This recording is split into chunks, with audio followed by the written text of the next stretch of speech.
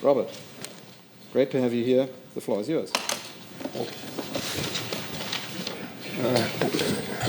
Okay, thank you, Stefan, and I thank you very much for inviting me to come from California. I'm very happy to be here. I'm sorry I don't speak German, but I know many of you speak English. So I just want to start and give you a little story and background about me, because as Stefan said, I've been a journalist actually for 45 years. I started at the New York Times in 1970 after I graduated from university as what was called then a copy boy. But if you think about what a copy boy is or was, I was the internet.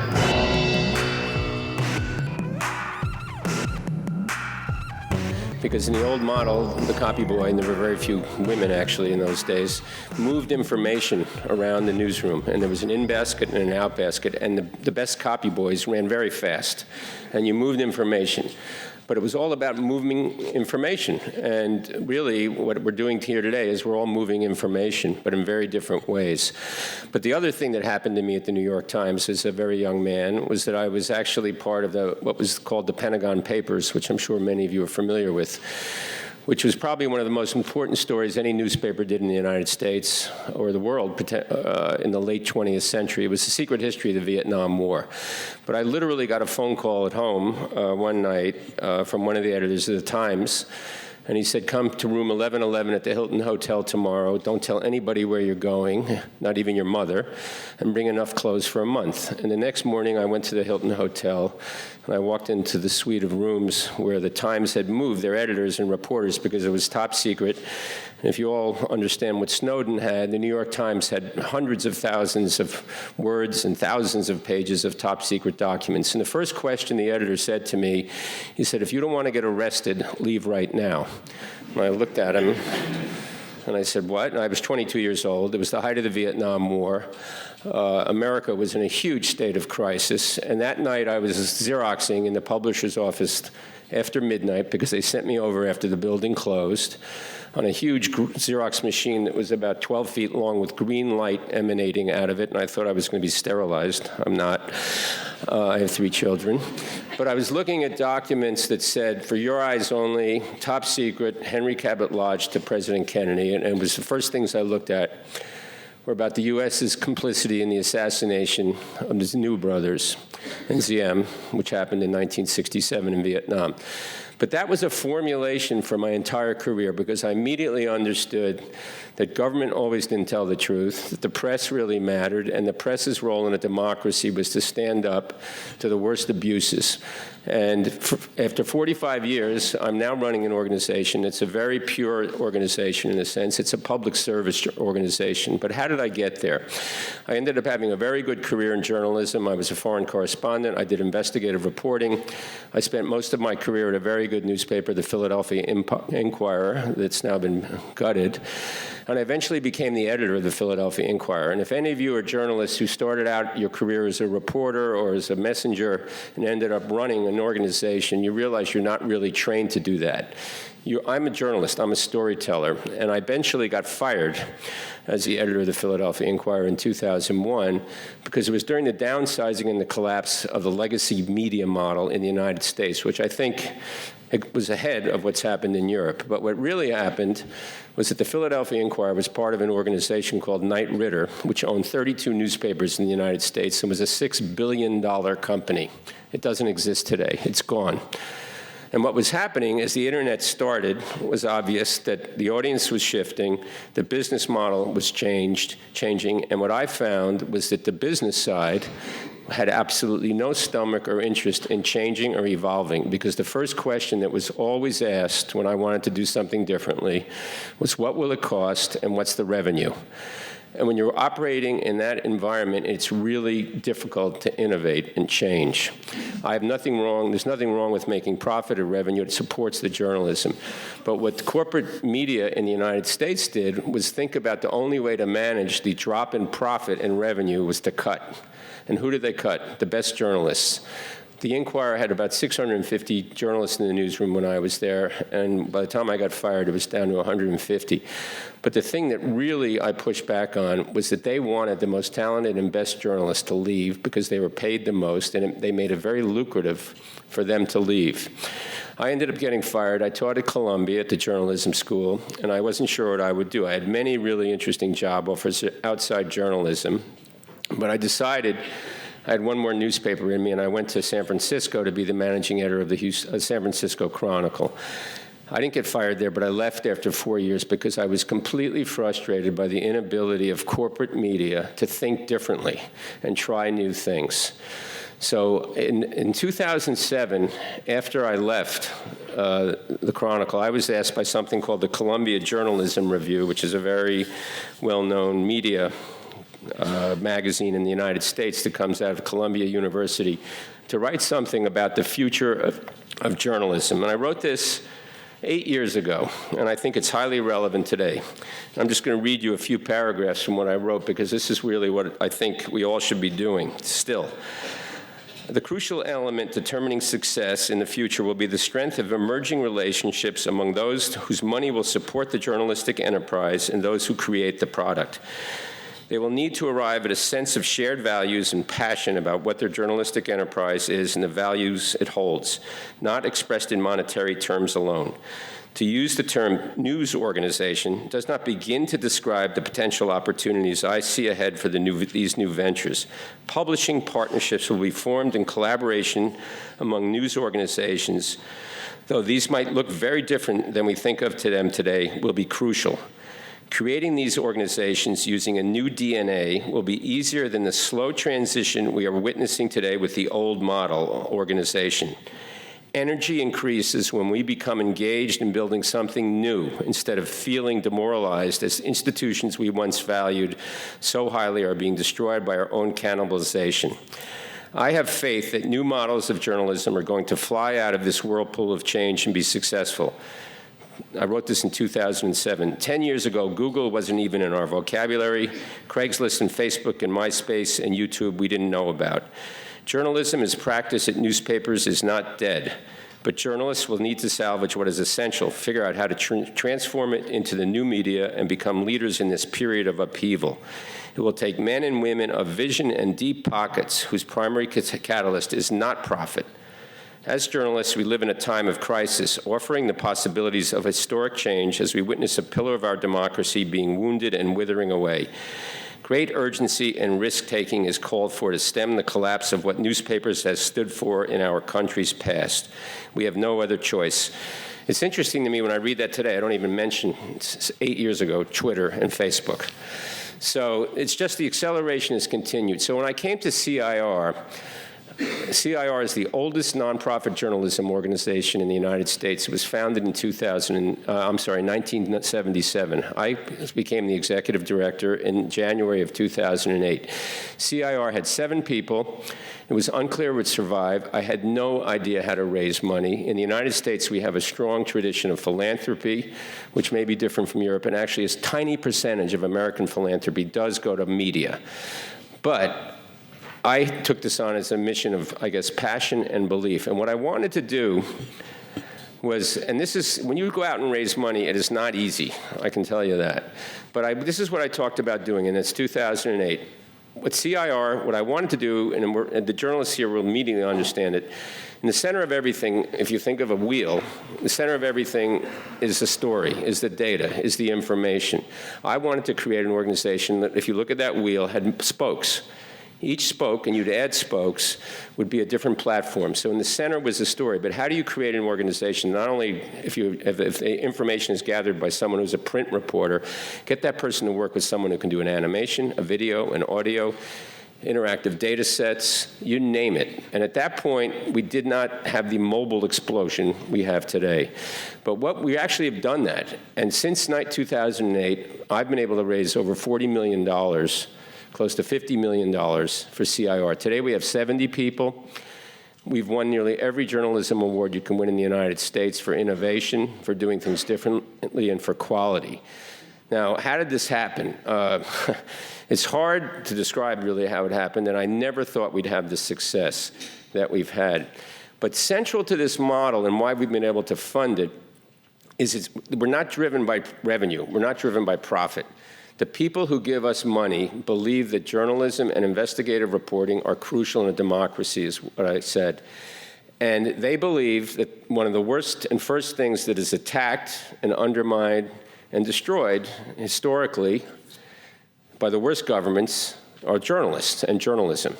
The challenging of authority through accurate and information and storytelling that challenges authority, whether it's corporate or government, the people who support us believe that's crucial. It is not a huge number of Americans, but in America we have really big foundations who give a lot of money away, and a tiny percentage of that money, less than 1% of American philanthropy, which is billions and billions and billions of dollars, less than 1% goes to media.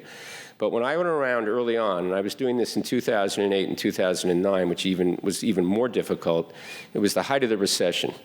It was really hard to raise money. I didn't think we'd succeed. But the first tranche of funding we got was for doing storytelling in California, and it was called something called California Watch.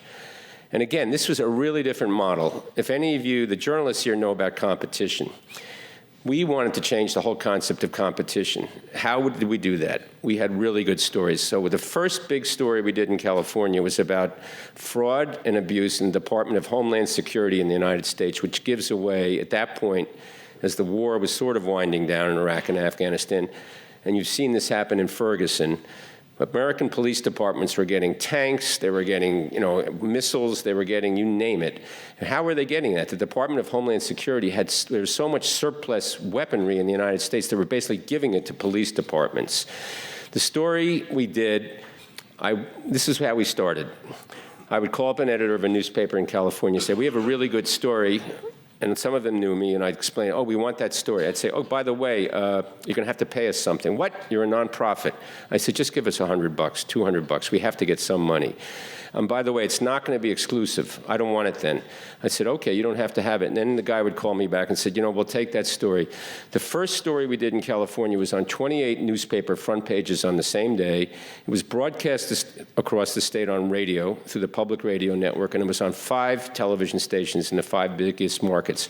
That story reached about 5 million people. It was astonishing. And the next day and the day after that, I started getting phone calls from editors around California. It's 40 million people live there. And they said, why weren't we part of this? And I'm on the phone. I said, this is going to work. Why aren't we part of this? They were upset because what happened is it got a huge amount of tension because of the distribution in the story and because no one had done it before. And that was in 2009. We began to take off. Not because of the model, which really worked, but because we did really good stories and stories that no one else is doing. So the central idea was all that wheel and all the different ideas, but nothing we've done would succeed without journalism. Now, here's the other thing that's really crucial to our model, which is very different. We're not rewarded for audience. We're not rewarded for all the innovation, though we do get some of it. We are rewarded for impact. The people who fund us believe that journalism that makes a difference, as I said a few times, is crucial in democracy. We're not partisan, we're not political, but we do very tough stories that drive change. When we do a story that President Obama cites, that is like $1 billion in revenue. Or some U.S. senator, whether he's a Democrat or Republican, stands up in the Senate and says, this story by the Center for the Investigative Reporting is an outrage. How did this happen? That is a huge win for us. When laws change, when people's thinking changes, when we go to a community and they have a big meeting about a story we did because they weren't aware of an issue, this is really important. This doesn't happen by magic. We've created an organization where when you start planning a big story or thinking about an investigative story, it's not just the journalists who are sitting down at the table. We have social media people, we have distribution people, and the process is incredibly collaborative internally and externally. This is really different. I ran a newsroom with 650 people. If I wanted the city editor who covered Philadelphia to collaborate and work with the features editor on a story, I would have to bring them in a room and bang their heads together. because everybody said, my reporter is busy, my reporter's busy. I would have situations, if any of you ran a newspaper, where the business editor would get really mad at me because they were doing a story for their business section, and I would say it should go on the front page. He'd say, what's going to go in my section? Some of you may have had that conversation. So the internal dynamic was really culturally driven by exclusivity, by what's mine, and people didn't want to work together. And I saw that that really wasn't going to work in a new model. So when you create the new newsrooms, which I alluded to in what I wrote in 2007, it was really about people working together in a different way. If you came to our newsroom, you would have that frequently someone who's come out of print, who's a very strong reporter, working with a 24-year-old kid who's going to turn their story into an animation. If you imagine the conversation the first time, a really deeply reported, fact-based story by some reporter who's 60 years old is going to say, my story's going to become an animation? Are you kidding me? Well, we've done it. Now, why do you do that? Imagine doing a story about juvenile solitary confinement in the United States, and I don't know if it occurs in Germany, where you cannot get in and really show somebody what it's like to be locked up for 300 days when you haven't even committed a crime because you're a poor kid from the ghetto in New York, and you're taken to Rikers Island, and you're charged with something, and you can't afford a lawyer, and you sit there, and your first day in prison, you're wearing nice sneakers, and somebody grabs your sneakers, and you punch them, and you get put in juvenile solitary confinement for 300 days. How do you tell that story? You can tell it the way I just told it. So what we've done, though, imagine being in a newsroom where you find that kid after he's been released, and you sit down and you take his story on audio and you film it, but you can't get in the cell. How do you really describe what that's like? You have his words. So we did a cartoon. We did an animation. It's called The Box. It's gotten huge attention. When The Box came out, you know what we did? We got a rapper to do the music to it. So guess what happened to that thing? When it appeared on rap digital, on internet websites all around the United States, it got huge attention, not because we did the story, but because we brought in a rapper to use the background music. So when Mos Def, I'm not sure how many of you heard of Mos Def, I didn't, was used in that thing, we were thinking, and I didn't do any of that, the staff said, who is the audience? Where is the audience here? So it was not just politicians and the people who ran the prison system in New York State. That story was also told and broadcast nationally on public television. It was in newspapers around the United States. There was a text story, and there was that animation. But the thing that went viral was the animation, because we used a rapper as background music. And when we did that story, the precision of it was astonishing. The reporters found a former guard at Rikers Island in New York who was the prison photographer. Somehow they found him. I don't even know how.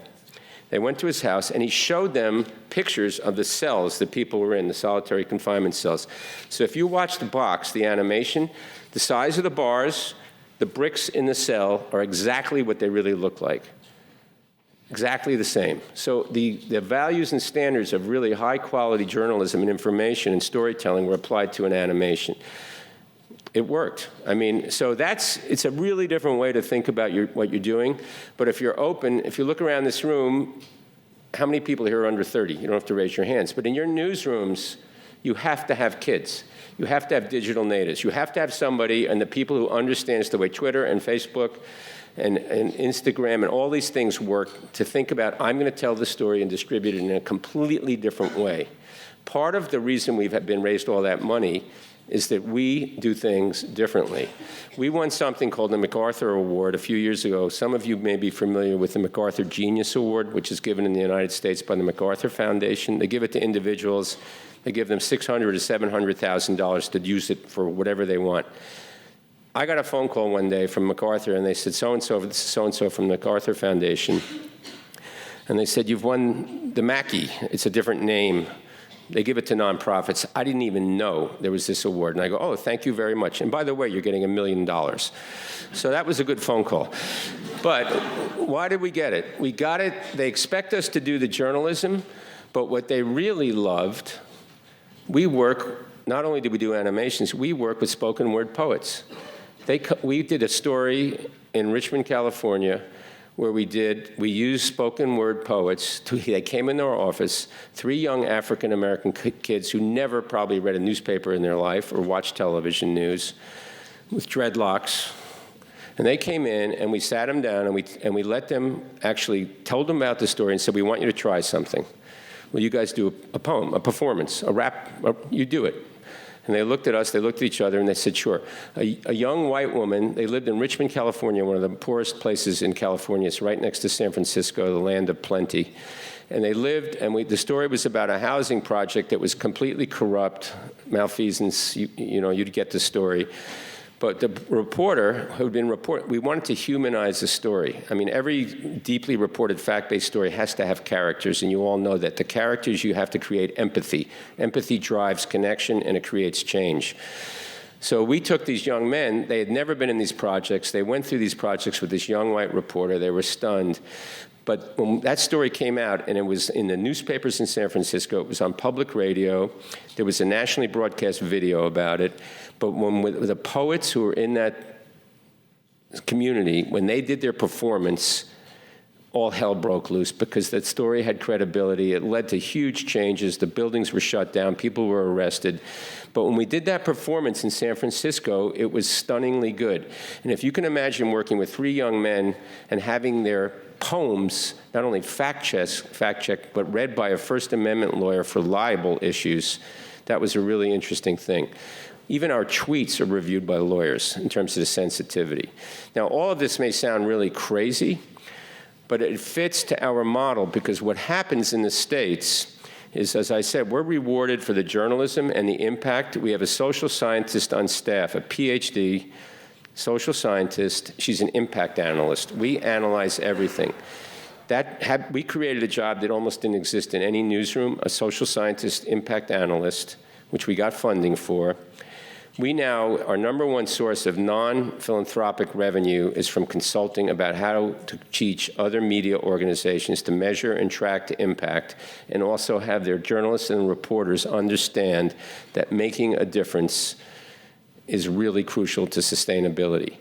So we're in a very, and as I said earlier, pure place, because if you're a journalist at CIR, you know that you have to do really good stories.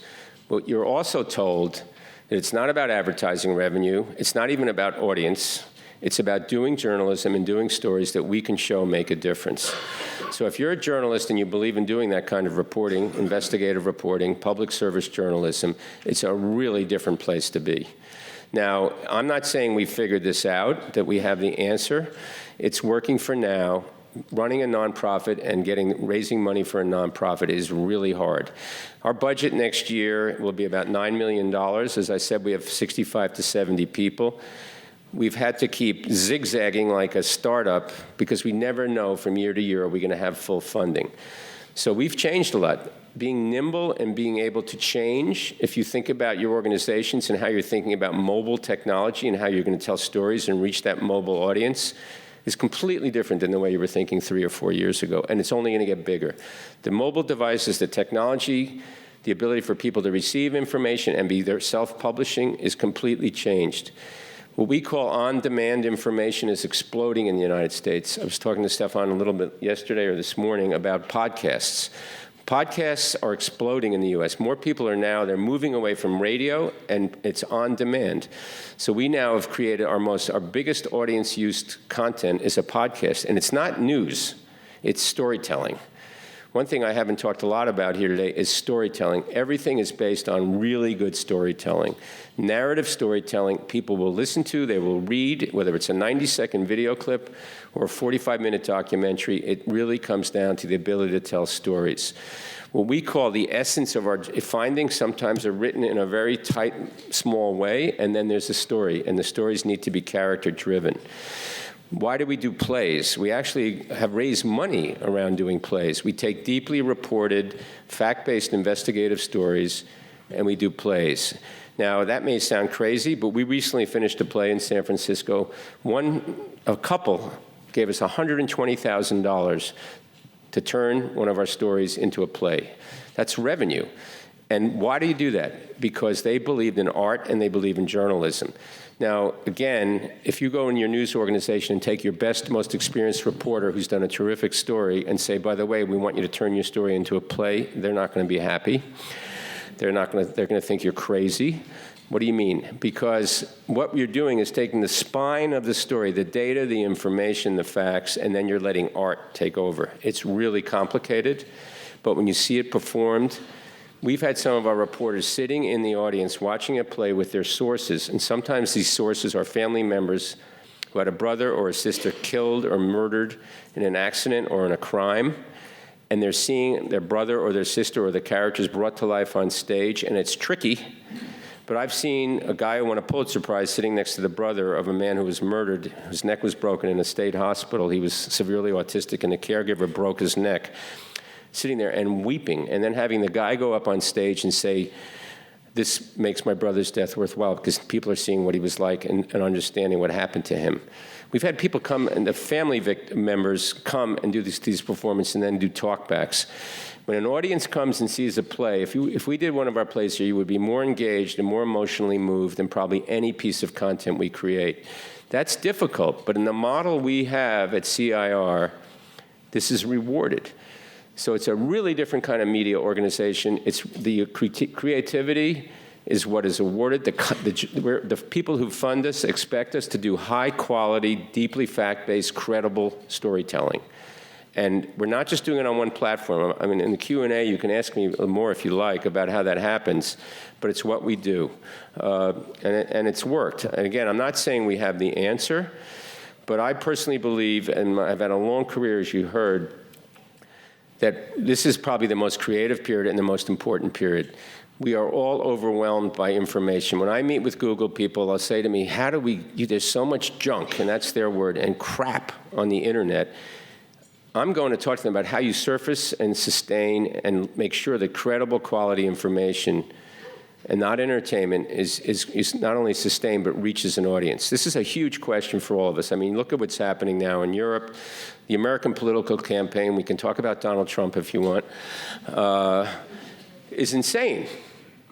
And the disinformation and the ability to distort and even lie, and people begin to believe it, is really terrifying. And as Germans, you understand that probably better than anybody.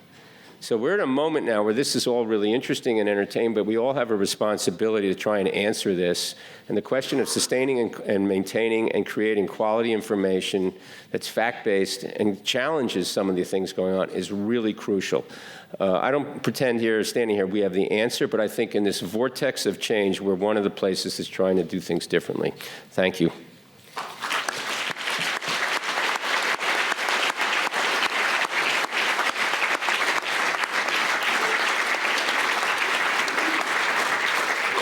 Thank you, Robert, very much for bringing this spirit of journalistic enthusiasm into this room. It was extremely interesting to listen to you, and I think, with your permission, let me first welcome Christoph Käse on our panel. Herzlich willkommen, Christoph Käse. Schön, dass Sie dabei sind. Let me maybe just take the chance and give you guys the opportunity to ask if I see a sign. We have a problem with the loudspeaker. Bin ich so verständlich? I would like to give our audience the opportunity to ask, let's say, 2 or 3 questions on the CIA before we start our discussion here on the panel. Also Fragen, die sich nochmal wirklich auf die Arbeit, auf das Funktionieren dieses Journalismusmodells beziehen. Wenn Sie dazu noch was erfahren möchten, dann würde ich sagen, jetzt. Nehmen wir 2, 3 Fragen. 1, bei Ihnen.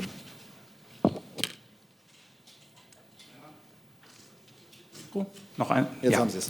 Mein Name ist Stefan Fries, vom Deutschlandfunk. Soll ich auf Deutsch oder Englisch? Es wird übersetzt, okay. Storytelling, also Geschichten erzählen, ist ja das, was uns Journalisten oft vorgeworfen wird. Wir erzählen Geschichten, aber nicht die Wirklichkeit. Was würden Sie dem entgegnen? I'm not sure I got the question.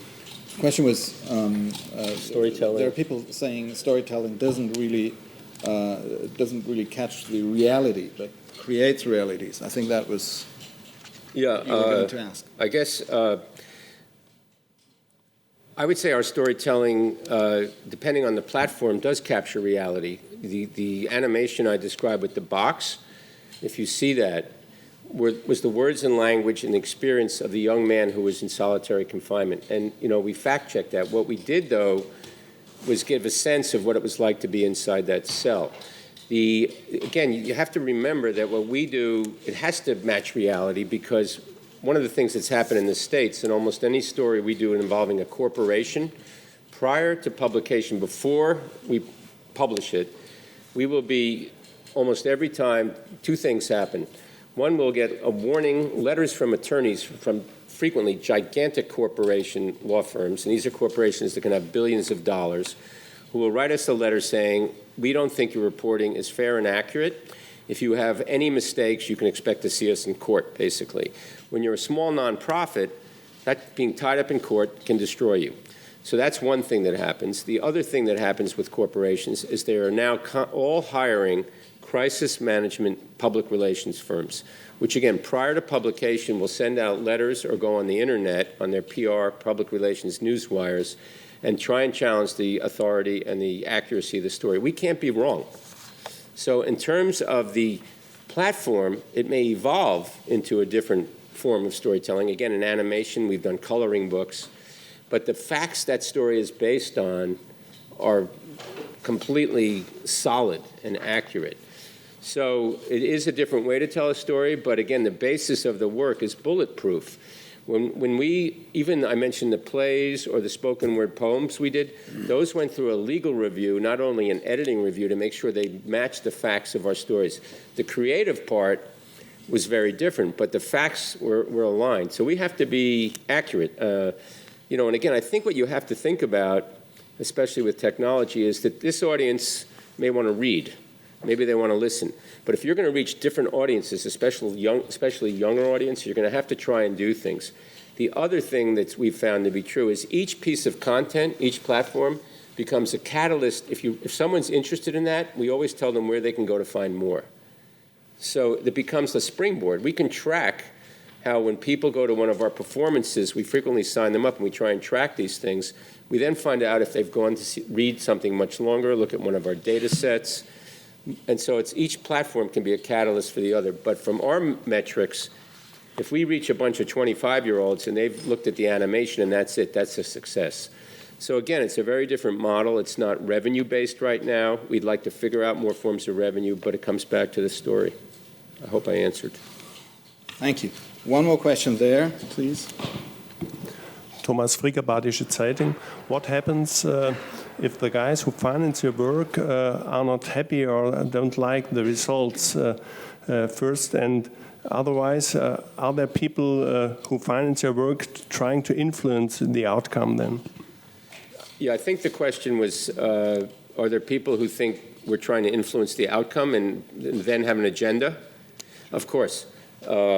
If you write an investigative story about anything, someone's not going to be happy. But again, we have a tremendous amount of credibility, and when a corporation, for example, challenges us, we'll say, where are the facts? What's wrong? So that's what works. We did something recently on for-profit of a place called the University of Phoenix in the United States, which is a huge multi-billion-dollar education company, for-profit, and the stories we did were about how they basically use fraud with American veterans. They attacked us constantly. They tried to stop other media from publishing it. They said we were biased, we had an agenda. The American Defense Department, after our stories came out, ended the relationship with them and actually cited, on a formal letter from the Defense Department, the work of the Center for Investigative Reporting. We were under tremendous attack, but the stories, again, I think if they're accurate and they're as balanced as you can make something, and again, we don't use anonymous quotes. On the web, if you look at our stories, you click on it, you'll see all the documentation. You'll see interviews. You go deep with the web. It creates an opportunity. If someone wants to go deeper and deeper, in the old days in a newspaper, you couldn't publish all your documents. The internet is an incredible tool for all of us to use for transparency. So again, this is how we think. We're different than a news organization because we are an investigative reporting organization. Our goals are different. We're not creating content constantly. We take time and we build it up. But this is really, it's maybe hard to grasp, but the credibility and the value of what we have is on our accuracy, and if you look at our work, it covers all spectrums politically, and we're conscious of trying to do that. Thank you, Robert.